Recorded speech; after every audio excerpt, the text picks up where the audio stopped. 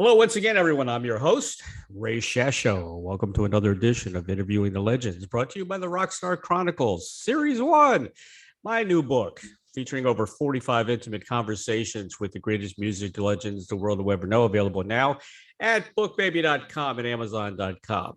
We all, Mr. Guy Pratt has been a crucial member of the rhythm section of megastars such as Pink Floyd, David Gilmour, Robert Palmer, Roxy Music, Bryan Ferry, Jimmy Page, David Coverdale, Womack and Womack and the Smiths.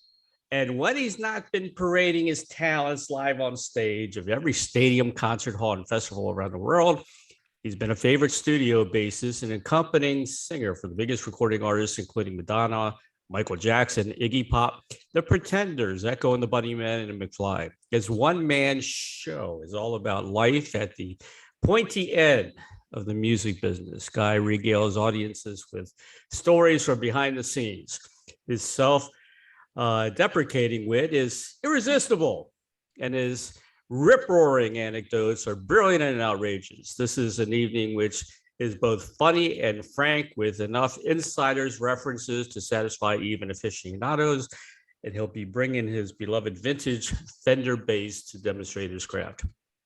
Guy is also a composer who has won the Grammy and been nominated for the Ivor Novello Awards. Not bad for a bloke who just hangs around with the band. Please welcome bassist, singer, songwriter, composer, record producer, comedian, actor, author, best known for performing with Pink Floyd, David Gilmour Nick Mason, Guy Pratt, to Interviewing the Legends. Hello, Guy.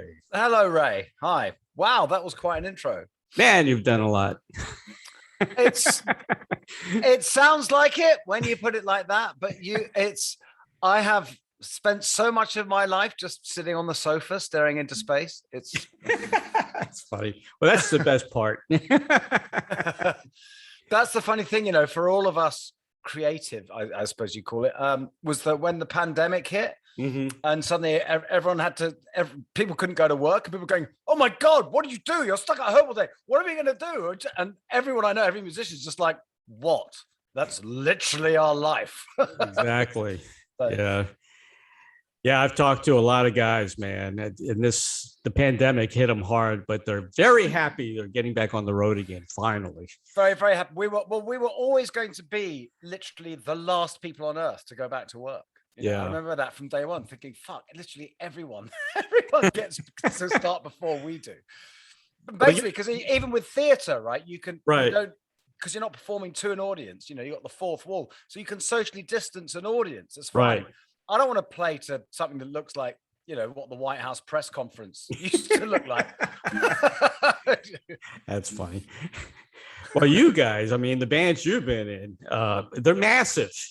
It's a lot of preparation. It's, huge tours, so it's a little different for you guys. Yeah, well, I mean, it depends. I work at all levels, and that's the thing that I like. I like a bit of all of it. That's why, I mean, even when I was last touring, I mean, David Gilmour was very interesting when I was touring with him, because he only likes to play theaters. He does quite small, intimate tours, right? But it's still at the kind of Pink Floyd level of kind of, crewing and equipment and hotels and everything. Yeah. So it's like Pink Floyd in a box sort of thing. And it's really, really nice. But at the same time as I was doing that, that was when I was right in the middle of sort of doing my stand-up show, doing my comedy show. Right. So it's been brilliant. So I'd be sort of playing the Royal Albert Hall with David one night, then getting in my car and schlepping up to some little art center, having to haul my amp up the stairs and to kind of, pack everything up myself, which is really good for you. I mean, I think all musicians, who are at the top of their game should go and do, should be kept, have their feet kept to the ground like that. I agree. You and Rick Wakeman should do a comedy duo thing, and he's a very funny man. But yeah, we're trying to get him for the because of course my main thing in the during the pandemic has been I started this hit podcast with Gary Kemp, the Rock on Tours. Which has been going really, really well. Very often #1 on the Apple Music charts. Awesome! Congratulations. Yeah, thank you. But if Rick Wakeman's listening, we want you, Rick. Yeah, he is funny. I've had him on the show, and he told me a very funny joke. Actually, no, we were at the Prog Awards 2 years ago, the Source for Secrets, and he was giving someone an award, and he told this very, very corny but very brilliant joke, which is he was introducing someone, and it might have been Justin Hayward or someone, and he said, "This man's father, incredibly wise man. I'll never forget that when he told me, always remember that when one door closes, another opens. He was a very wise man, but a terrible cabinet maker." That's funny. That's a good one. Of course, he's doing all that grumpy old man stuff. Yeah. He invented a whole genre there. Yeah. That's literally a whole strand of entertainment now, isn't it? It's grumpy old men. Yeah. Good on him. Have you done any stand-up in the States yet? I've done 2 shows in the States. I was always amazed that I didn't have more interest. But also, I mean, it's stand-up in the States is hard, isn't it? But I've done the Soho House in LA, and I did a great club in New York. That was really, really good fun. So yeah, I love doing it in America, and I would, Well, there's some really good comedy venues here in Florida that you'd be perfect at. Because I'd love to, but it's different because my thing is more of a show than stand-up, because comedy clubs in America are kind of geared to someone coming up and just talking about their dick for 5 minutes. Hey, that's funny. I know. No, but my thing's more of a show, so I need more of a. It's not really, my audience have come to see me, and they tend to be kind of music fans. So it's not so comedy clubs aren't necessarily the place for me. Okay. More like little art centers type places, Right. Well, we have those too. If anyone's listening, I just hey, you're Florida, you got everything. As you can tell, I'm trying to get you to come to Florida. I can see that. Yeah, so sadly, we were coming to Florida on this tour, but we're not. This tour has been rebooked like 3 times. We had to keep rebooking the tour. So basically, because it was always going to be that as soon as everywhere opened up, everyone's going to want to get out. So you had to always have your venues held. Right. And for some reason, Florida hasn't been able to survive the last spate of bookings. I don't know why that is. I wonder why. But it's a shame. No, I know, but which is a shame because I'm sure we'll be back at some point. No, because we've had the Source Full of Secrets. We've had great times in Florida, in fact. So I love your comedy. You're very funny. It's a very entertaining show. I love some of the things you said. Bands hire roadies and lawyers before they get a bass player. That's a good one. Yes, it's true. Yeah. Well, no, it was true. I don't know. I don't even know it was true. It just seemed fun. I'm always trying to find new ways to put down being the bass player. I know. Yeah. Hey, that's very important instrument in the band. It is, but also, I mean, I'm very lucky in that I'm an 80s boy. The 80s was the I've certainly picked the right decade to be a young bass player in, because that was the one time when we had, had our moment in the sun. It was like it kind of started with punk. It started with Paul Simonon and Jean-Jacques Burnel. Suddenly, first time ever, the bass player was the coolest guy in the band. And you had John Taylor and Marty Kemp. Then you had Mark King, and suddenly it was the thing to do. So it was like it was brilliant. If the 80s hadn't happened, I probably would have done something else. Retrained as a guitarist. Yeah. Tony Levin's done a lot for the bass too. Yeah. Yeah. So, he has. Well, I love Tony. He's a great guy. Yeah. And he's kind of my hero. He's one of my absolute major. He's cool. Yeah. Have you ever played the Chapman bass? The Chapman stick. The Chapman stick, yeah.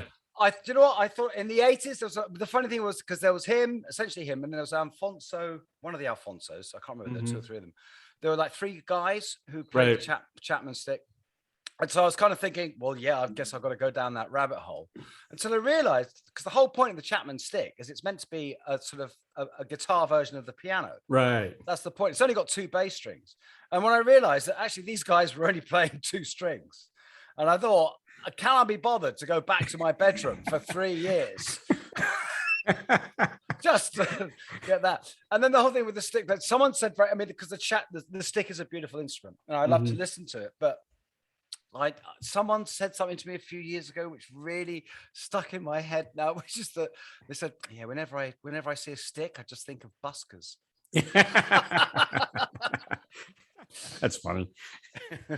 I like when you talk about destroying your bass. You wanted to destroy your bass one time, and It was like a bomb. There was a bomb strapped no, to it. there was it was that this was the last night of Pink Floyd's the tour that actually became, in fact, it would have been one of the shows that was recorded for the Pulse album. Right. And I decided to should I tell the story? Do you want me to tell Sure, the story? sure. So I decided that as it was last night, it became something of a tradition with me, actually, that in homage to my hero, Pete Townsend, I would smash a guitar. Not one of mine, obviously, because I like them. Yeah. But so I went to Status. I hadn't thought it through. I went to Status, the people who make most of my basses, and said, listen, have you got any bodge jobs lying around the workshop? Yeah, sure, have this. And of course, so they gave me this thing. And because we were playing at Earl's Court for like a month, we were there for weeks. Yeah. So I made the mistake of telling Sid Price, who was my guitar tech. I just said, listen, Sid, here's this thing I've got, and I'm going to smash it on the last night. Because I said it so early, word got around the crew that I was going to smash guitar, right?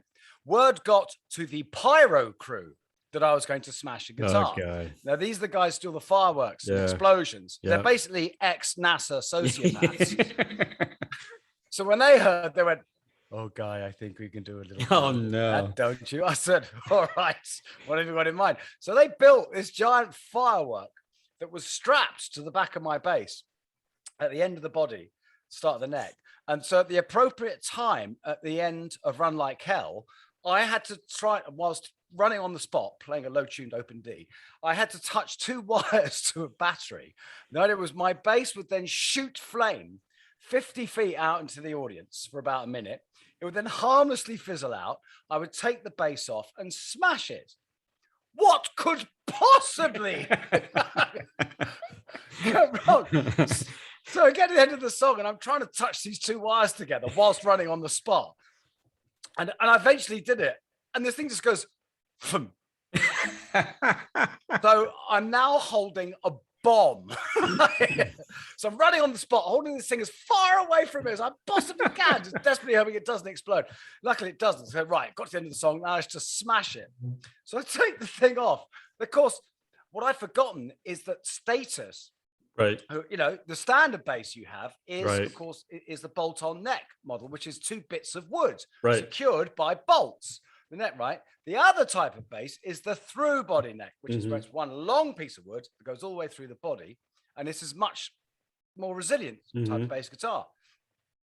This is the bass I had. It was a through body neck. Unfortunately, being made by Status, it was also made of carbon graphite. Oh no! So this was going. Good. Eventually, David Gilmour has wandered over. He's just going, what is he doing? And so it becomes apparent that this bass isn't going to break in a million years. So I think, oh, fuck, what can I do? I think, I know, I'll do a Pete Townsend at Woodstock and just sort of gracefully lob it into the audience. It's, of course, slightly difficult because the bigger Pink Floyd show, the audience are about 100 feet away. Yeah. And this bass was quite heavy, especially with the bomb strapped to the back. That's hilarious, man. I took a big run across the stage, just threw this thing as hard as I could, and all I did was nearly decapitate one of the security guys at the front.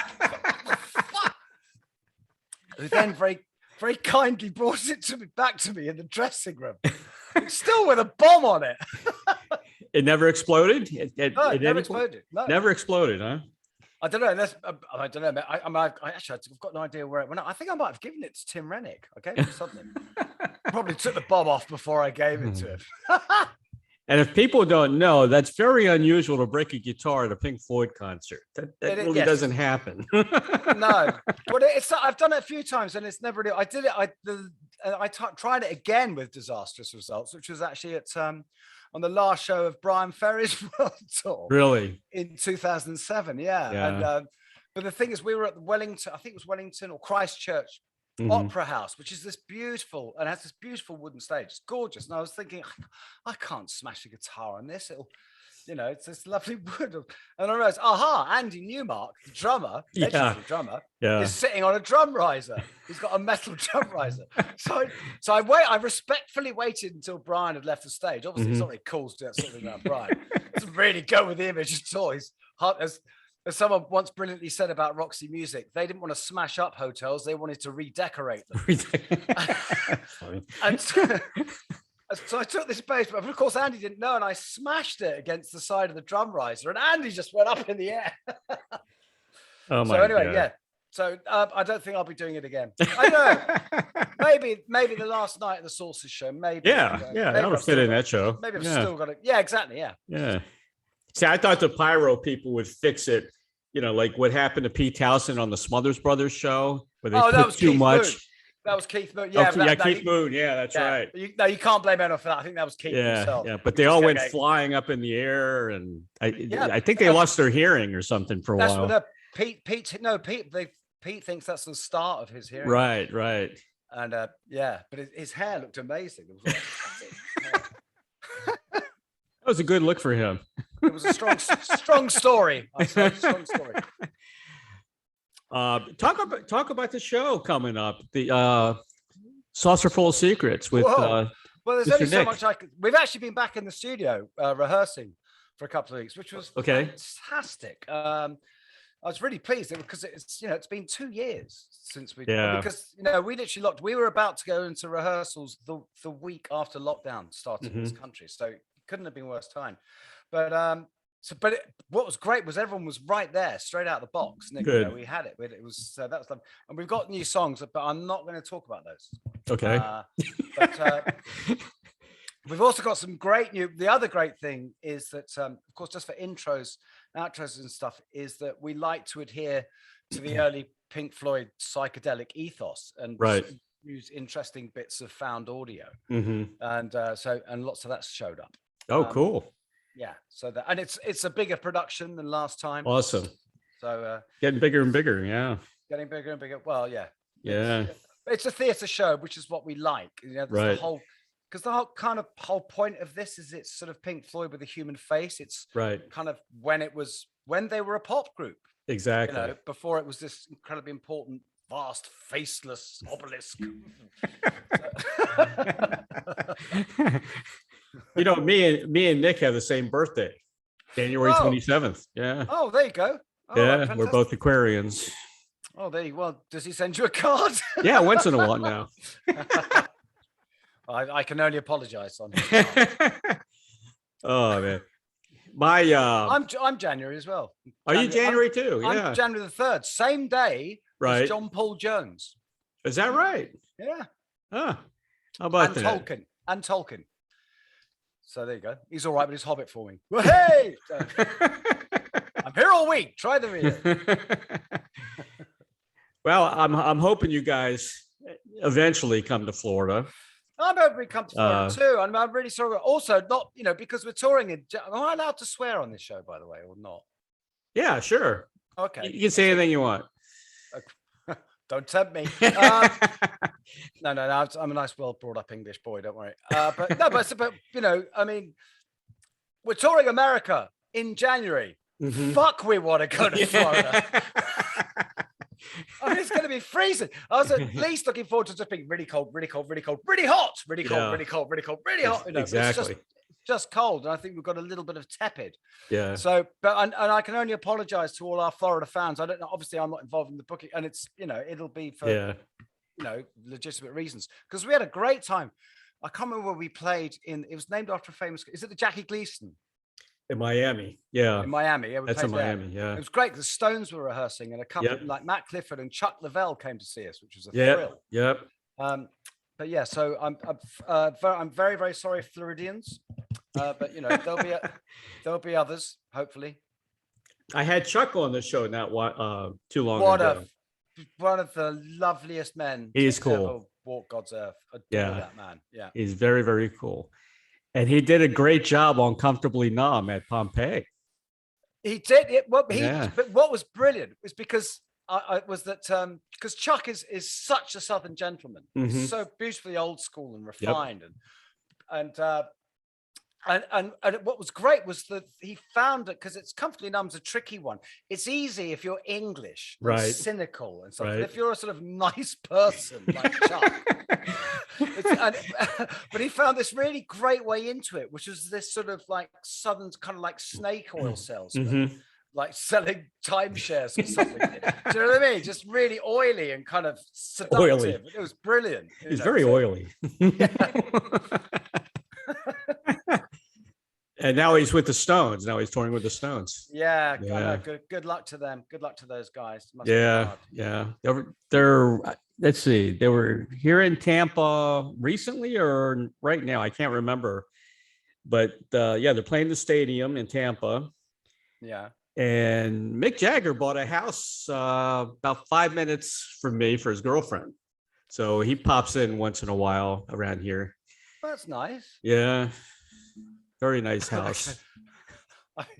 Mick Jagger, like, buying a house is like, I know. Buying a pair of socks for the rest of us. Isn't it? Yeah, that's funny. You got to put that in your act. That's a good one. That's a good line. No, it looks too envious. A while back. Yeah, I'll take that house and 2 pairs of our guys. Yeah, right. A while back, I interviewed Julian Lennon. I got a feeling. Oh, Jules is lovely. I got a feeling you and him are Hellraisers together. We were back in the day. Yeah, very, very long time ago. Because I first knew Julian, in the early 80s in London. And but yeah, I like to think we're all older and wise men. But Julian does so much great stuff now. He does. And he's an amazing photographer. Brilliant photographer. He is. It's nice. He's a genuine force for good, that boy. So he's a good guy, all power to him. Yeah. Last album was great. I'm surprised it didn't get more like airplay. I mean, he had Steven Tyler on there. Oh, right. I played on actually, God, it was I mean, that's the thing, man. I'm getting old. It's like things can be 20 years ago. Oh yeah, I did that last thing. I don't know how you keep up, man, with all the people you played. Actually, it was quite fun. He did quite a funny thing so I went down to his house in south of France to play on this album, and he said, I've got this song. I don't know if you remember, but when we both lived in LA, he said, I've got this song, and you played on it. And it was clearly we'd come home from a club or party or something at 3 a.m, clearly the worse for wear. And he said, I got this song. Yeah, get the bass out. Yeah, come on. And that's stupid. And there's that really annoying thing that used to happen sometimes when you're really trashed, that you actually come up with something really good, which is a terrible thing to happen because that reinforces the idea that it's okay to get trashed. No, I come up with great stuff. And but funny, and I came up with it, and he played me this demo that I'd done at 3 a.m, years ago. I was listening to it. It's like, God, that's really good. That bass part is really good. It's like, I don't even know if I can do that. Do I have to get and it was because it was like a chordal thing. There was a melody line and these bass that's happening. I think, obviously I can't say I don't know if I can do that. Obviously I have to go, yeah, sure, right away, Julian. And he said, I've got to go out and do some stuff, so you just get on with it. So I was like, thank God for that. And it took me hours struggling away with this thing, and I finally managed to get it. And he came back and he went, oh, by the way, I did tell you it was 2 bass parts. It's 2 bass parts. That's funny. That's great, man. That's great. He did mention something about you guys going to a few pubs and coming home late and that kind of thing. Yeah, there was a lot of that sort of thing. Yeah. Another guy I just had on the show. Actually, I've got to say, the first time really lovely. First time I went to LA with Pink Floyd, right? And I was slightly overwhelmed by everything, probably being a complete arsehole. And it was like, everyone back to my room, and then it was about 3 or 4 in the morning, and I had hundreds of people in my room and I was suddenly like, kind of, fuck, I don't think I can deal with this. I can't cope with this, and I need to go to bed. And it was so, and Julian just emptied my room. He just kicked everyone out, wrote down his phone number, and put me to bed. It was just like the most considerate and absolutely necessary thing anyone could have done. It was so nice of him. That's funny. Tucked you in, huh? Yeah, pretty much. And then when I went round to his house for a proper old English Sunday lunch the next day. Yeah. Another guy who loves you, I just had on the show, and I love the band, is Yogi Lang. Oh, Yogi. RPWL. Yeah. He's a top man. I haven't seen him for a long time. Well, that's the funny thing. I haven't seen anyone for a long time. I haven't seen anyone. You know, the band is, I know he started out as a Pink Floyd tribute. That's band. right, yeah. So and then became sort of, But they're incredible, aren't they? They're really good. The songwriting, the songs. I know I was meant to be. That was the first thing coming out of lockdown. The first lockdown. Right. We've, I don't know what it's like over there in England. It's just been, we've just been hopeless at everything. Really, the friendless plague island. Yeah, and so we were just coming out and thinking. So I was going to Munich to do something with him. And I was really excited about it. It was going to be a live recreation of some album of theirs. It was 20 years old. Right. And then it got shut down. I can't remember if they got shut down or I wasn't allowed out of the country. We were probably not allowed out of the country. No one wanted us anywhere for a while. Quite right. We're bastards. That's probably why we're not going to Florida. Florida doesn't want us. They don't want you, right? They don't want us.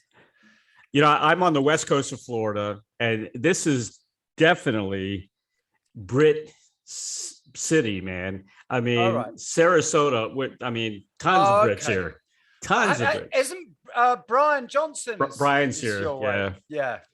Joe Perry's here. Rick Derringer. Rick Wills. Do you know Rick? I know Rick. Yes, of course. Yeah.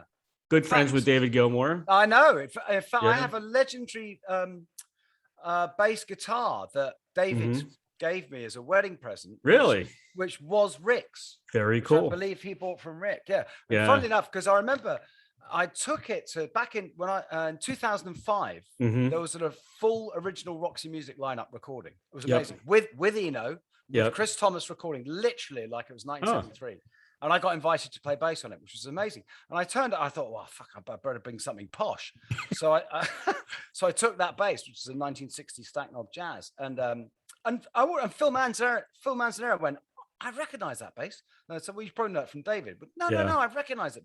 And of course, Rick Wills had briefly played with Roxy Music. That's right. And he played that bass with him. Yeah. So I actually brought that bass back to Roxy Music after however many years. Oh, cool. So that was nice. Yeah, it was very nice. Rick, well, I mean, she's not him so much, but it was Mrs. But and him. We're on Facebook. Yeah. It's a funny thing with Facebook when I've gotten a lot of interviews through Facebook, believe it or not. No, I got Rick through Facebook. Oh, did you? I did. We keep trying official channels. Maybe we should just try Facebook. I've tried that with a few people for our podcast. But the whole thing is, rather than send a message, you just put something in their feed to try and shame them. The only big guys, yeah, man. Why don't you go on his podcast? Be great. Oh, come on, man. Now Facebook's in trouble for inciting kind of like riots and things like that, and getting people fighting against each other. Which they do, and but so they've quickly tried to change the subject. They definitely had that whole meta thing in the back pocket because it's dreadful, especially around dreadful, awful 80s CGI. Who the fuck wants to live there?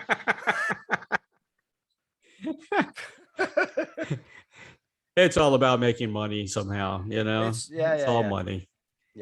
But what I love is that Facebook is mainly full of people complaining about Facebook. So we'll get the fuck off Facebook then. Exactly.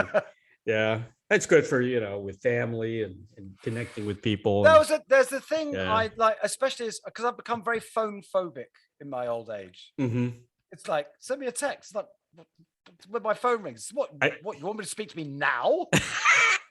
Right now? But the nice thing is, because as you get older and there's all sorts of people you collect, and there's people you feel genuine, but you're not going to call everyone. It's not like when you're young, you're always calling your friends. Hey man, how you doing? You don't want to do that when you're, and there's all sorts of people who you like and you care about. They're in your thoughts. Yeah. But you're not going to call them.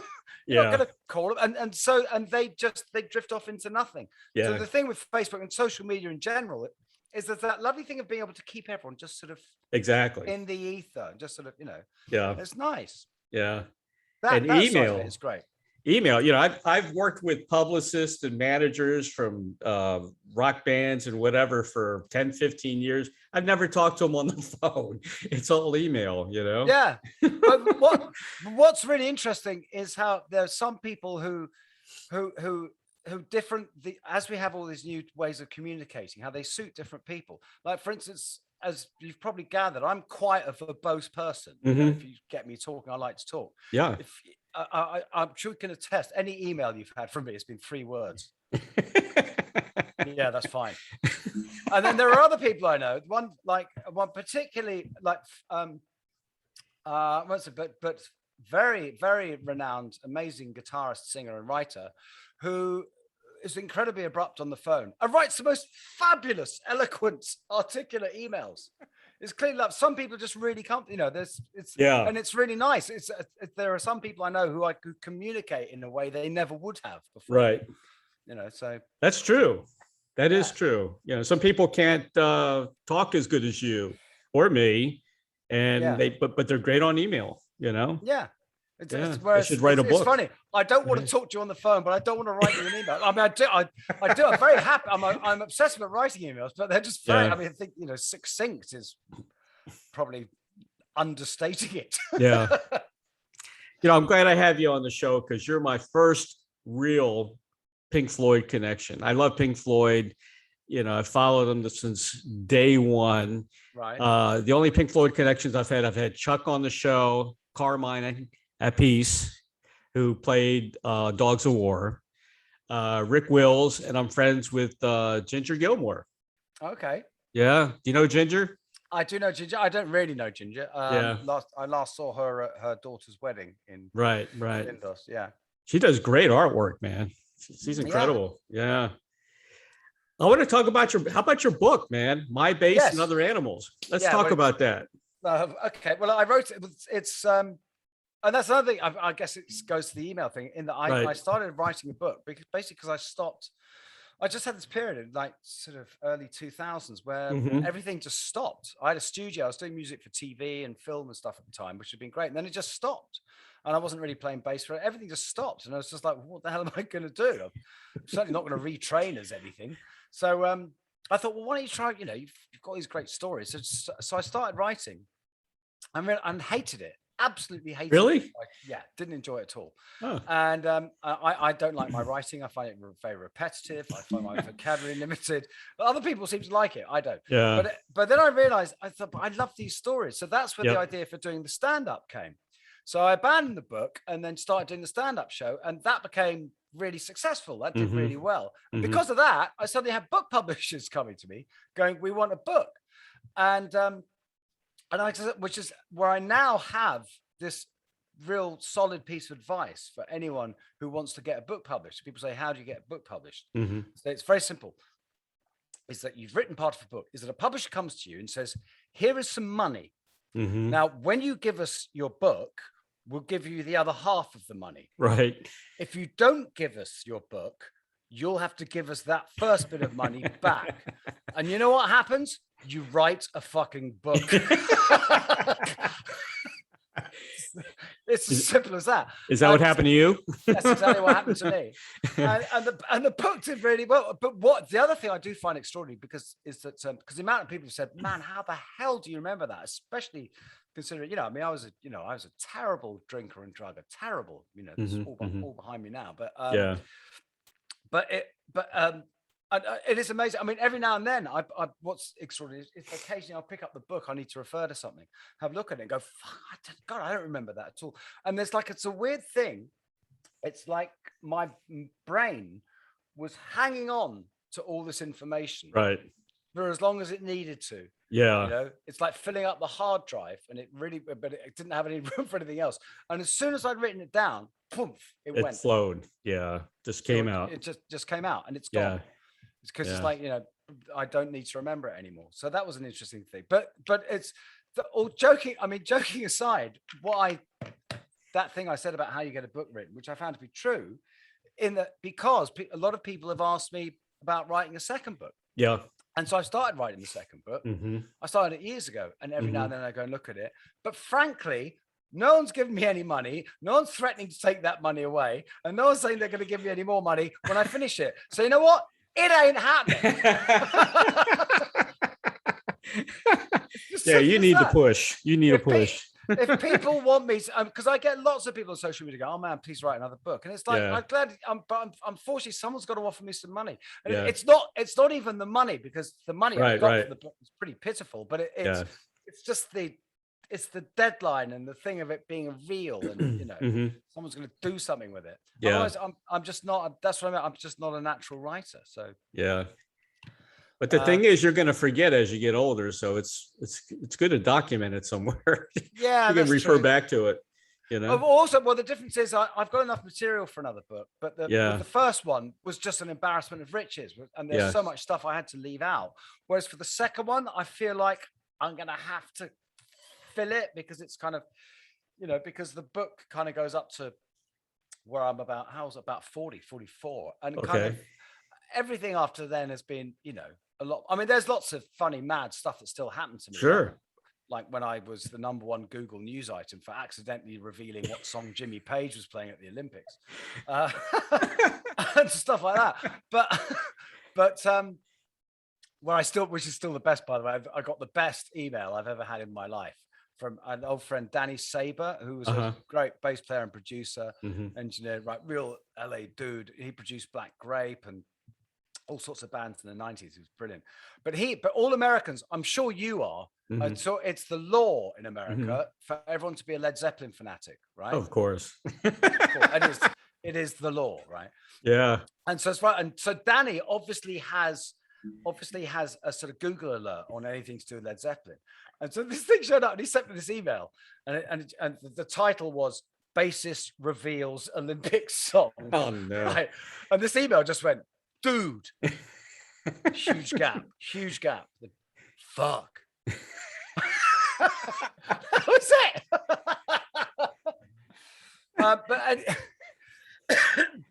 So it's like that, I mean, when I go on tour, the funny thing is, touring when you're older is so completely different. Yeah. When younger, and kind of like with the Saucers, it's it used to be, I used to love big luxurious tours where you got a few days down and you find your bar, and you get into all sorts of trouble, and you get to meet people and hang out and everything. Now I just want to do the gig. Fuck, if we're in Europe, I've been to the cathedral. Yeah. I've been to the cathedral. I've got the book from the art museum. I've got 10 copies of the fucking collection of whatever the art museum is. Yeah. And and that funky little shirt shop is gone. It's just a Zara now. So and I said the thing that actually best sums it up, I realized, was because that's why I love touring with the Saucers. It's great. It's just proper working on the bus. It's the first time Nick Mason has ever slept on a tour bus. Really? Yeah. And it's actually me and Gary Kemp are the two who complain more than anyone. Nick's brilliant with everything.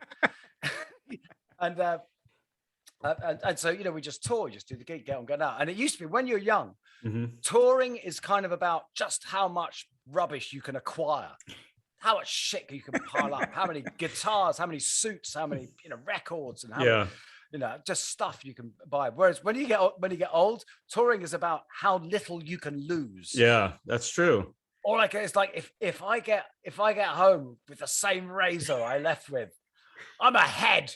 Yeah. I brought my toothbrush. I'm good. Yeah, exactly. If I got the same toothbrush. And it's terrible because you become obsessed with stuff. Well, I do. Obsessed with like my wash bag and stuff like that. Right. Because that's all you have control of. Exactly. The only bit of your world you're in control of. That's part of home, bringing a little bit of home with you, I guess. But here's the thing. Listen, we've just announced the tour. We're going on tour in January. Yeah. I'm already stressing about packing. Yeah. Already. Why? Yeah. Yeah. How many dates are you guys going to do? Do you know? It's quite a lot. I mean, it's 6 weeks. 6 weeks. Okay. 6 weeks. And it's, we do 5 shows a week. Yeah, that's a lot. It's a lot, yeah. And which is great. I love it. I love doing that. But like I said, I've never toured in America in January, so God knows what that's going to be like. But like I said, I know, but I feel really bad talking about it to you in Florida, seeing as we're not going. I know, like man. I said, we got to change that. We got to change it. Mate, Mungo just porn in Game of Life. But the thing, like it was there and it's not there. There's obviously a reason for it. Either the venue's not available now, it'll be something like that. It's not because we don't want to play in Florida. We don't think there's an audience. You know what I mean? Yeah. It's one of those, you can't play everywhere. And we're good audiences here too. I We know, really no, you're are. great audiences. Listen, Yeah. I love Florida. Yeah. I adore Florida. I love being in Florida. Like I said, God, I could do some January sunshine. Yeah. You could, yeah. Yeah. It's good for you. But I don't Good know. I vitamin always D. wondered about because also I love all things Cuban. I love Cuban Mhm. food, love Cuban Right. music. So there's all Hey, that. I'm half Cuban, by the way. Oh, well, there you go. The food is incredible, man. Food is fantastic. Yeah. Food is absolutely fantastic. Actually, the thing that really made me fall in love with Florida more than anything was Dexter. Dexter. Because there's always people just stuffing themselves. I mean, apart from obviously the sort of horrific murders, but the fact that everyone's just got cool Cuban shirts and they just eat cool Cuban food all day and they all look amazing. Yeah. You think, yeah, I want that. Yeah. We're all in good shape down here. A lot of people like to exercise, lay out, Well, yeah, it's sunny. Chill. It's sunny. It's chill. Yeah. Yeah. And like I said, there's a lot of Brits here, man. A lot of Brits. I play golf with a lot of Brits. Oh yeah. Yeah. No, of course. Well, we always, we all run away to the sun eventually. Of course. Yeah. There'll probably be more now because now they can't go to Europe anymore. So yeah, the idiocy of Brexit. Yeah, things have changed, haven't they? Yeah. Yeah. So, but let's not get into that. Yeah, I know. I don't like talking politics either. No. Yeah, it's boring, it's old, and it's no fun. Yeah. And I want to talk about what's behind you. I'm very interested in your set dressing here. Okay, what are you looking at? Well, is that a jukebox? That's a jukebox. Yeah. Very nice. With 45s. All Beautiful. 45s in there. I think it's a early 80s, late 70s jukebox. Yeah, I was gonna say it's not the kind of rockola Wurlitzer. No. Glam. Yeah. It's nice. And did you stock it yourself? Or I did. I did. Oh, well done. Yeah. I was actually a DJ back in the late 70s, a top 40 DJ. Oh, right. Yeah. I went to broadcasting school and all that good stuff. Way back when. Yeah. Do you know there's a great writer called Andrew O'Hagan who has a cafe here called, I think it's called Sammy's in Primrose Hill. Right. And he's got an old jukebox in it. And it was curated by Robert Plant. Really? And it's amazing. Because he is such a scholar of of early rock and roll and blues. I mean, he's that guy. He knows his shit. So, and a lot of, and it's brilliant. Half the records I'd never heard of, or you've heard of the song, but it's not the version you know. Right. It's fantastic. Yeah. So, yeah. I really admire Pink Floyd and the way they toured, how the roadies, how they put that set together. I saw a video, I think, somewhere about that on YouTube about how you guys tour and how it was nuts. It used to be. Yeah. I mean, the funny thing, again, this is the awful thing that I was so young when we were doing all that. And I was just kind of enjoying the ride. And I wish I'd been more present. Mm-hmm. You know what I mean? And just paid attention to all that it's stuff. amazing, it's man. brilliant. I just come out of my room and I go up on the stage and everything stuff. And it was, because all that stuff. Apparently, at one point, it used to be on one tour, we had guys from the military coming down to say, how the fuck are you doing this? Because this is what we need. Because it was the whole thing. It was 3 stages, and so whenever we're playing a gig, the next gig is being built, and the last gig is just being torn down.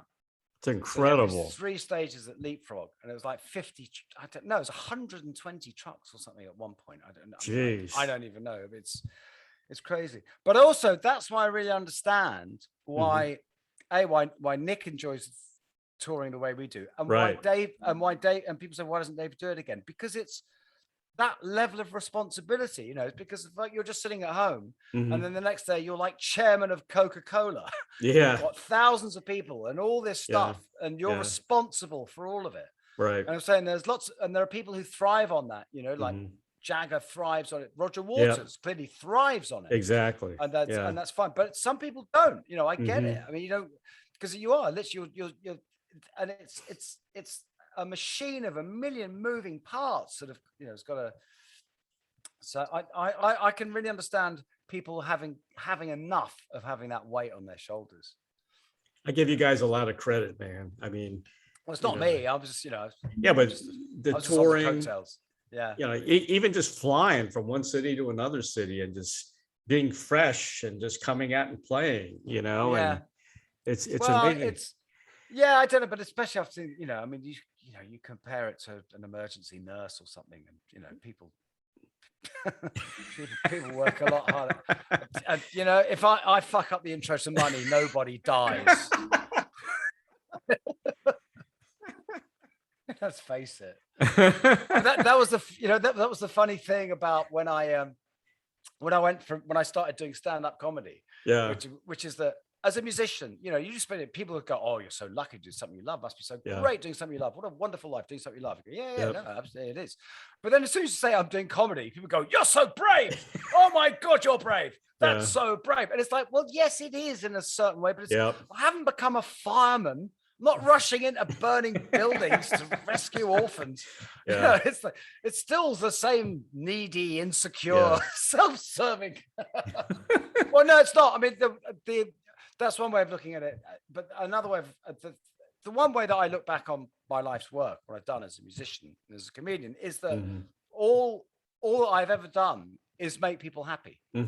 Exactly. Well, that's all I've ever tried. That is the purpose of my job, and clearly to some degree I have, and that's a nice thing to go to bed with, at night. Yeah. Do you realize? Still sleep terribly. I always ask musicians this. Do you realize how important musicians are to people, though? I mean, we timeline our life to music and certain songs and things like that. And you guys are very, very, I can leave actors, I'm not a big fan of actors that, in Hollywood, but I have so much appreciation for you guys. Oh, well, thank you very much. It's very nice. I mean, but you say that, but that's not, I know what you mean. Right. I know what you mean about the actors thing, because the difference is that musicians tend to be frozen in time as a, as a thing, whereas actors aren't, if you're like, for instance, I first played Wish You Were Here when I was 25 and I can still play Wish You Were Here when I'm 80. If you're an actor, you can't play Hamlet once you're past 40. So you're never going to be that guy again. Right. So that's a different thing. But so maybe not actors, but I bet there's movies. I bet there's movies that absolutely tie you to a minute and everything. Yeah. And this is the other thing that happens to all of us. Something that I'm always having to slap people down for, because my son's a musician. He's into music, and it's completely different. And it's when people go, no, but music today, it's like it doesn't fucking matter. That's not what's important. It's what belongs to you. I have to keep saying to people, remember when you were young? Right. Remember what older people used to say about the music you were listening to? And remember how little you cared. So it's everything belongs to you and your moment, and that's what music. But there's also and I think we did come out of a period, and there's all sorts of post-war socio-political stuff you can go into to do with that, and the age of consensus politics and technology being at a certain point that it was, which enabled music to be such important, because music was the way young people spoke to each other. Right. And it was a thing that the establishment didn't really understand. It's a great thing Nile Rodgers said is that, he said that, we literally had the corporations dancing to our tune, but they just didn't know. And it was, and that moment has passed. Music, there'll still be those people, but you're not going to have a Dylan now, because if there is a Dylan, he's not going to necessarily be making records. Because it's, young people now, there's brilliant sides. I mean, okay, you can't, we're all up and up. You can't make a good living out of it. There's all stuff like that needs to be addressed. Yeah. But having said that, the last 60 years is the only time in history that musicians have ever been rich. Right. Ever. That's true. We lived on Mozart lived on patronage and died in a pauper's grave. Yeah. And it was just this amazing little window. Yeah. And it's because everyone was so successful and rich that you have a different view of them. But the other thing is that any kid now can make a video, make a film, make a record, whatever, on their own, at home, and talk to the world. Yeah, that's true. So there is an upside. You got to. That's how it is. I feel incredibly lucky to have been in the timeline I was. Whereas, there was, the 80s was the kind of when it all got a bit silly, but there was still tons of amazing music being made. Oh, there was good music in the 80s. Yeah. Yeah, but we were still, we had all that great stuff when, from Talking Heads. Yeah. And but we were also old enough to still have a handle on the 60s and the 70s, and I got to work with all those people. Yeah. Plus being a part of, having contemporaries like Johnny Marr, and, so it's right. So I do feel incredibly, incredibly lucky. Mm-hmm. But I do think people have to realize that it was a moment in time. Yes. It was a long moment, a very long moment. It's like in this, in the 19th century, you couldn't have been that guy. You would have been a painter, or you would have written a novel. That's true. It's like every age has its art form. Yeah. And the mid 20th century, it was music. Those early pioneers of the blues, those guys just got a Cadillac. That's how they got paid. Yeah. Exactly. That was it. And they were happy. Yeah. Muddy Waters and all those guys. The white guys got rich. Exactly. On their music. Nothing changed for them. Same old. I know. Your father-in-law was the great Richard Wright. I love Richard Wright. There would be no Pink Floyd. I want to say that without Richard Wright, man. No, I agree. I mean, Richard. Do you know that's why the greatest thing that ever happened with Rick, I thought, was the 2006 David Gilmour tour, when David took Rick out. Yeah, and it was because what was lovely was because Rick was the side man, so every night he got introduced, along with the band.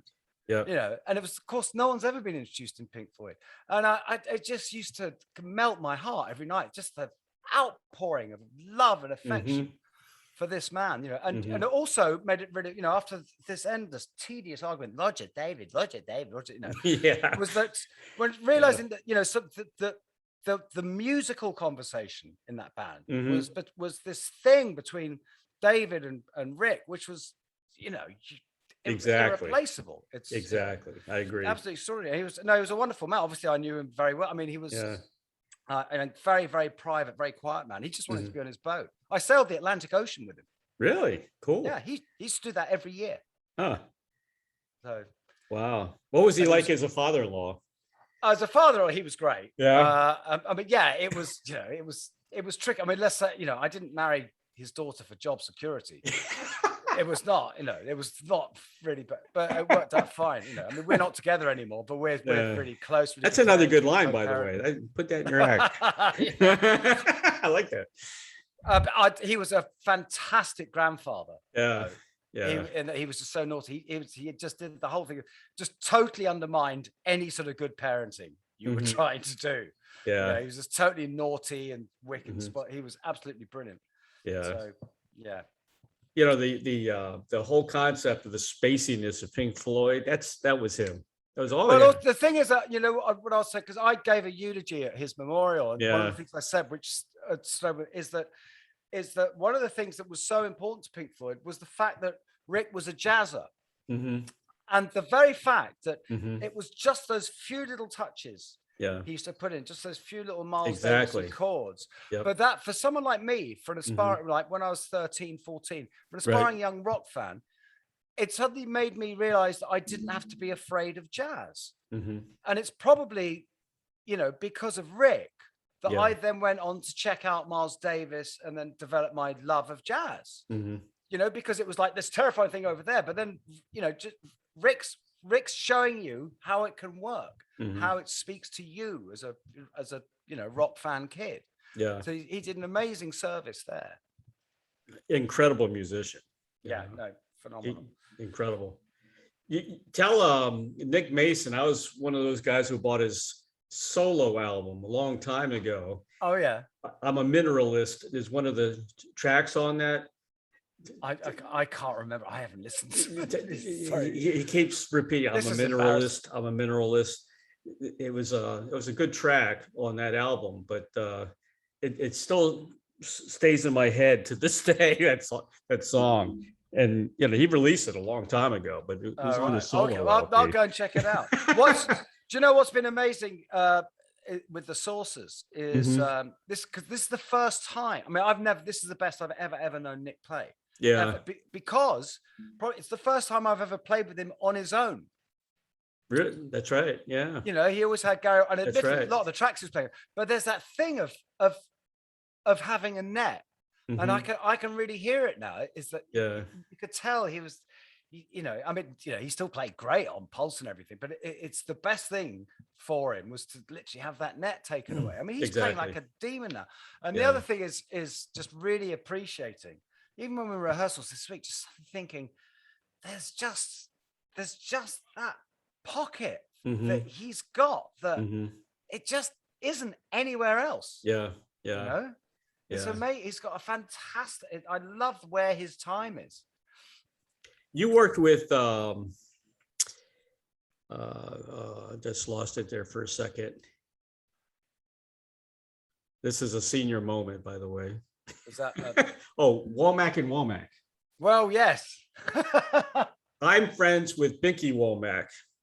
Okay, which one? The funny thing is, when I worked with the Womack, there were so many of them. Yes, the Womack family. There was Cecil and Linda, and then hundreds of brothers. Yes. I remember, who all performed with us, and then endless children and cousins. I mean, there were so many Womack. The joke I used to was that literally when I turned up, there was actually a baby called Womack Womack because it's like they just run out of names. Well, Curtis calls himself one of the Binky. brothers was friendly. I bet there was friendly Womack. I never met hostile. I don't think he gets out much. Hostile. Binky's dad was Curtis Womack. Okay. And his uncle was the main Womack. I'm losing it. Bobby Womack. That was his I uncle. I played for Bobby as well. Yeah. I mean, they're amazing. But what's incredible is that everyone in this family is connected to Sam Cooke or Ray Charles. It's this whole incredible family tree of kind of R&B. It's just the Womacks are there. I mean, I was very, very young, and I've got funny thing, it's one of those things I got no idea how I got that gig. Absolutely none. It's like, what the fuck would they hire me? And all the other guys in the band were all these great, serious, the guys you call for that gig, proper sort of session players. When I was only like 22. I don't know why I loved it. I had great fun, but I remember we played on the Tube, this great 80s live TV thing. Yeah. And it's so funny. There's this band, and there's the band, the Womacks all look like Womacks, that kind of mad 80s R&B look. They look great. And then you've got all these musos who look like musos. And then I'm in there, I look like something out of fucking Duran Duran. And I've got my Jean-Paul Gaultier on, and they're playing a Steinberger. It's like, what are you doing there? That's funny. That's funny. You were like the Lee Oscar of war. But they dressed up Lee Oscar. They gave him a little fro. He was the white guy in war that played the harmonica. Any news? Do you think David Gilmour is going to go on the road again and do another solo tour? Well, David only, what I really applaud about David is he only goes out if he's made an album. If he hasn't got anything new to play, he's not playing. He's not interested in. He doesn't go out and do the greatest hits thing. So it's a matter of him working, doing a new album. I know he's been chipping away at home. I don't know, and he made some lovely music in lockdown, just doing all that stuff for Paul. He got really into. He did all this sort of sound design for Polly's book. Yeah, which is great. But he's always noodling. Yeah. He's always noodling. He's always noodling up to something. But I always wanted to talk to him about his first solo album. A lot of people don't talk about it. It's the best ever. I've always begged him to do something off that. It's incredible, man. I was in broadcasting school when one of my most amazing moments was when the first Pink Floyd tour I did, and we got to, I think we were in Philadelphia or something. It was quite early on, and for some reason David ended up in my room, and it was just me and him, and we were trashed. And I had a guitar for it, and I was telling him about how much I love that out, and I've always loved. That's right. Okay, the whole story is he was telling me this is what I love is that David is a fan as much as I am. Now, my whole world is the reason I'm a musician is Pete Townsend. That's my thing. And what's amazing is that David had just done these gigs with Pete in Deep End. Right? That's right. And what's amazing was David Gilmour, I think they're saying to me, going, "Man, it's a guy I got to stand next to Pete on stage." Really? Play his guitar part for Won't Get Fooled Again. can you imagine what's that like? And I'm thinking, you're David Gilmour. And it was so beautiful. But it was so beautiful. It meant exactly the same to him as it would to me or to you. Cool. Or to, you know. But anyway, so we're on my bed in the room. And for some reason it came up, I Can't Breathe Anymore. And he said, I can't remember. I said, I can't remember the chords exactly. He said, tell you what, you play it and I'll sing it. I was like, what? All right. So I played I Can't Breathe Anymore and David sang it to me. And it was and at the end of it, I went, you know what you just said about Won't Get Fooled Again? And yeah, I went, I just had mine. That's cool, man. You know, I love it when you go gaga over your heroes. You know, that's pretty neat. Do you know what you find is that all the cool guys do? Yeah, they all do. They all, you know, they do. never lose that. It's kind of because I think if you do, it's impossible to, you know, people don't relate to you in the same way. Mm-hmm. You've got to be able to look at that audience, and go, I know what it is to be you. Exactly. You know. John Anderson told me when he met Paul McCartney, he couldn't even talk to him. I says, "What? You're John Anderson from Yes?" He says, "Yeah, but he's a Beatle. He's a Beatle." Yeah. I said, man, you know. I've the funniest thing, the first time I met Paul McCartney, which was at the Linda McCartney tribute show at the Royal Albert Hall, which is amazing. And Johnny Marr introduced me. He said, "Oh yeah, Paul, this is my mate Guy, you know, the bass player for Pink Floyd." And Paul put his arm around me, and he went, "Guy, you know what, Guy? The thing with us bass players, it's like us." He said, "Us? I'm in an us with Paul McCartney." So of course you are anyway, man. It's like he said us. That's cool. That's cool. Well, it's like me, man. I get to do all these Zoom interviews with my heroes. You know, it's so cool. Yeah. You know, it's awesome. I love it. I just had. But that's what Gary and I do with our podcast. You know, all the people we talk to are people we want to talk to, and it's amazing. And you always find out something. Exactly. New. That's what's nice. So exactly. You were talking about lockdown. You did those lockdown licks during the lockdown. But because I wanted to do something. You want to do something. You try, you know. That's because I was feeling kind of useless. You want to do, and loads of people said to me, "Hey, why don't you do tuition videos?" And I thought, I can't because I don't really know how to play the bass. I can play it, but I don't really know how to. And I just hate to. Well, what do you want to do? I know. And I suddenly thought, actually, no. What I do have is all these great songs that I've played on. Right. So why not just show people how I did that? And what was brilliant about that was, for me, was obviously it just became like 15 minutes of waffle before I played the song, which is great, which people seem to like. But what was fantastic for me was that a lot of those songs I hadn't played for 30 years. Yeah. You know, and you go back and play and it's brilliant. And it's like with some of them, after a certain point, there's some of them I play and it was just like, oh yeah, that guy. Oh yeah. I know that guy. Yeah. I never liked that guy, but I know, you know. And then, but with some of them, you know, it's like having a conversation with your younger self, and especially some. I played some Ice House songs and stuff, and it's where I hadn't become me yet. I was, you know, and I played stuff going, wow, it's, you know, it was a fantastic way best way I've ever found of sort of reconnecting, right? You know, with my youth. Yeah, so, yeah. That was really nice. I really enjoyed that. What does your son play? What instrument does he play? He plays everything. He plays everything. Really good pianist. Yeah, he's a producer, singer. Really? He's got a duo called Outline, and they've got a load of EPs and stuff out. Yeah. Is he out on YouTube? Outline, where I can? Yeah, he's out on. He's on Spotify. He's on YouTube. Okay, I'll promote him. Facebook, on the website and everything. Yeah. How many children do you have? Just the one. Just the one. Any grandkids? Nah. That's it? No, he's only 19. No, he just went off to uni or to college, as you'd say. Oh, okay. Cool. Yeah, he's gone to Manchester. Greatest, one of the greatest music cities in the world. Yeah. Manchester United. Yeah. Awesome, man. Guy, here's a question I ask everybody. And I get some very interesting answers. And actually, Petula Clark told me the answer to this question was Pink Floyd, believe it or not. She always wants to play with Pink Floyd. I can't believe I'm answering a question that you asked Petula Clark. Frankly. I ask everybody this question. I'm in an us with Petula Clark. Petula Clark. And she wants to play with Pink Floyd, believe it or not. That shocked me. Yeah. If you had a Field of Dreams wish like the movie, okay, to perform, collaborate with anyone from the past or present, who would that be? That's Pete Townsend. Pete Townsend. your hero. Yeah. Actually, there's another one though, which is quite tricky, which is I would also love to do something with Peter Gabriel. The only thing is, Tony Levin is such an intrinsic part to me of Peter Gabriel that if I'm doing something with Peter Gabriel, then Tony Levin isn't.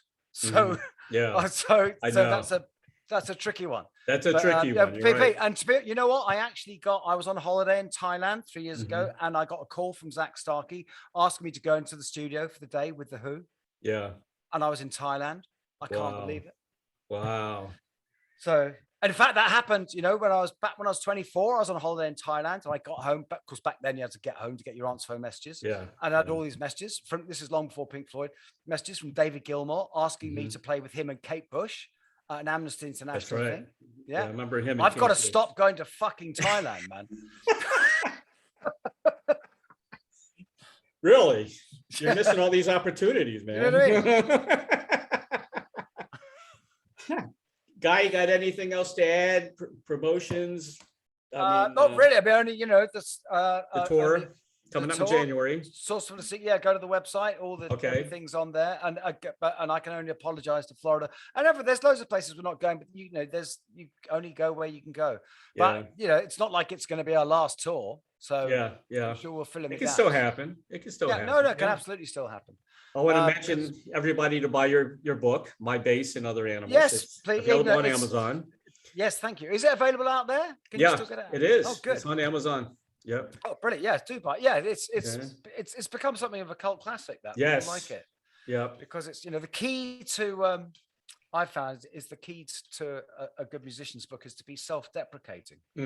There's so many of them are like, oh, poor me, and my drugs hell, and it's all them. Exactly. So the great thing with my book, and it's the same with my comedies, I found is that the only person who comes out of it looking a dick is me. And which is what you have to do, because otherwise no one's ever going to hire you again. Yeah, exactly. I love it because you bring your bass on stage and you fiddle around with it. Yeah. It's fun. I'm doing my first stand-up show actually in Brussels on the 1st of November. Yeah. Okay. So I don't know exactly where, but if you look that up, I think it's the English Comedy Club in Brussels. Right. And the show is called Inglorious Bastards. Okay. See what I did there. But if you need any help with gigs around Florida, I can help you with that. I would love to do some gigs in Florida. I would love that. Yeah. No, you please. Yeah. And all info gladly received. That'd be great. Oh, you'd be huge over here. There's a comedy club here in Sarasota called McCurdy's. And they get a lot of big people. I saw Sinbad there. It's a small place, but they get big people. I saw Arsenio Hall there. People like that. Oh wow. Okay. I'm in. I'd love to do that. That'd be great. If, especially you got the double whammy. Pink Floyd. You're funny. Double whammy. That's the spiel, isn't it? You can imagine the agent. Yeah, he's there Pink you go. Floyd. He's funny with the big cigar, right? Yeah. We're gonna make a lot of money. I want to mention your website, www.guypratt.com. Although I don't look at that much. I'm more on I've got my Guy Pratt official Instagram and Guy Pratt official Facebook, Twitter. Nick Twitter. Mason saucer full of secrets. Twitter is more shouty English politics. I don't know what's going to mean to Americans. Yeah, that's true. Nick Mason saucer full of secrets. That he's got his website. You can get all the tour information and go on Pink Floyd's website. Also, find out. I listed your discography. Is it discography? Discography. Discography. I'm going to list it on all my websites. It's huge, man. My God. I know.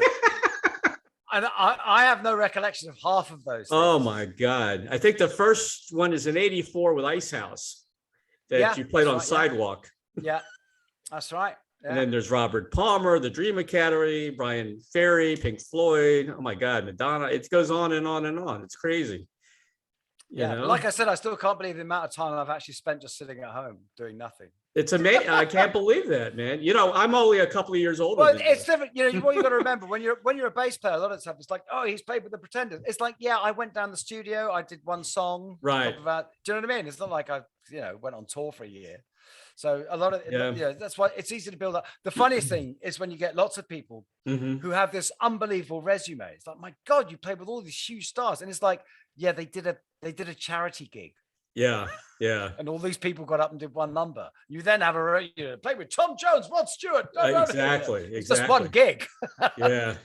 So, or you were there in the studio, you did your part, and you were the only one there, and they weren't even there. There's a lot of that. A lot of time where it's my relationship is just with the producer. Yeah. I mean, there used to be a lot. I didn't even know who the artist was. Yeah. So yeah. But you were on Rattle That Lock and Live at Pompeii. Those are your last Gilmour gigs. Pompeii had been incredible, huh? That had been fun. That was fantastic. Yeah. What's annoying about Pompeii is that it's because that was the first show there, right? With an audience. That's right. The authorities suddenly went, "Oh, actually, we can do this." So now everyone plays Pompeii. That's just a gig. It's just another gig. No, that was very special. Do you know what was really nice for me about that, though? Actually, as well, I realized when Live at Pompeii came out, when you look at that track listing, sometimes like half those songs are mine. Yeah, I played on them. Yeah, this whole thing about like just need Roger Waters. It's like actually no. It's like I've been with David so long that it's kind of it's Have you been longer than David? Longer than Roger Waters now in the band? Oh, a lot longer. Yeah, but that doesn't really count, does it? It's a band's first 10 years is kind of when it all happens. That didn't count, right? Yeah, that doesn't really count. No, I mean my tenure doesn't count. Yeah, it's not. Yeah. So yeah, I saw you in concert when you were with the band. I saw Floyd back in '75. I think it was the Wish You Were Here tour. I saw that one, and then I saw the one you were in. I don't know if it was Pulse. It could have been Pulse. I don't remember. The Pulse thing, man, with the Where was it? Where was that? In DC. Okay. At the Capitol Center because we started in Miami, didn't we? We started at Joe Robbins. You were there for 2 days, I think, in DC. You always play. You were big in DC. Pink Floyd was always big in DC. Oh, okay.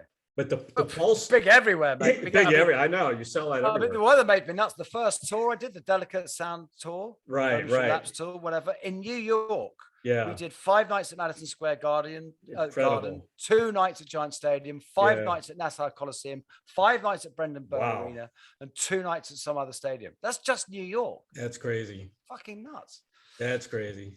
Yeah. The Pulse CD with the little light blinking, that was brilliant. I know. Apparently, the American version, apparently you could change the battery. Yeah, you can change the battery. You're right about that. On the British one, you couldn't. What annoyed me about that was, of course, obviously, I had 2 of them. I had this for years that whenever I went to bed, I'd turn the light out and I think, oh, fuck, what have I left on? So that's funny. It actually lasted a long time. Yeah. That was brilliant. Nobody ever did that before. That was pretty cool. The genius of Storm Thorgerson. Exactly. Yeah. He was awesome. Guy, thank you for being on the show today. It was a pleasure. It's been a big pleasure, man. Good luck with the tour. Thank you. Yeah, we're looking for new music. If you can venture out of Florida, you're very welcome to come and see us wherever we're playing. I'll say what the closest state is that you'll be playing in. Hopefully it's a southern state. But we're doing some southern states, surely. Is there some southern states? There must be. There must be. Okay. Should I write a nasty letter to somebody that you're not coming to Florida, or? You really shouldn't. No, I won't do that. I won't do that. No, don't do that. Everyone's well aware that we're not going. They're all well aware. But, we wanted to go. Believe me. Yeah. Things will change. Yeah, it'll change. Guy, thank you, man, for being on the show. Man. I really, really appreciate it. You're very welcome. Good talking to you, Ray. All right. Cheers. All right, mate. All the best. Cheers. All right. Take care. Bye bye. Bye bye.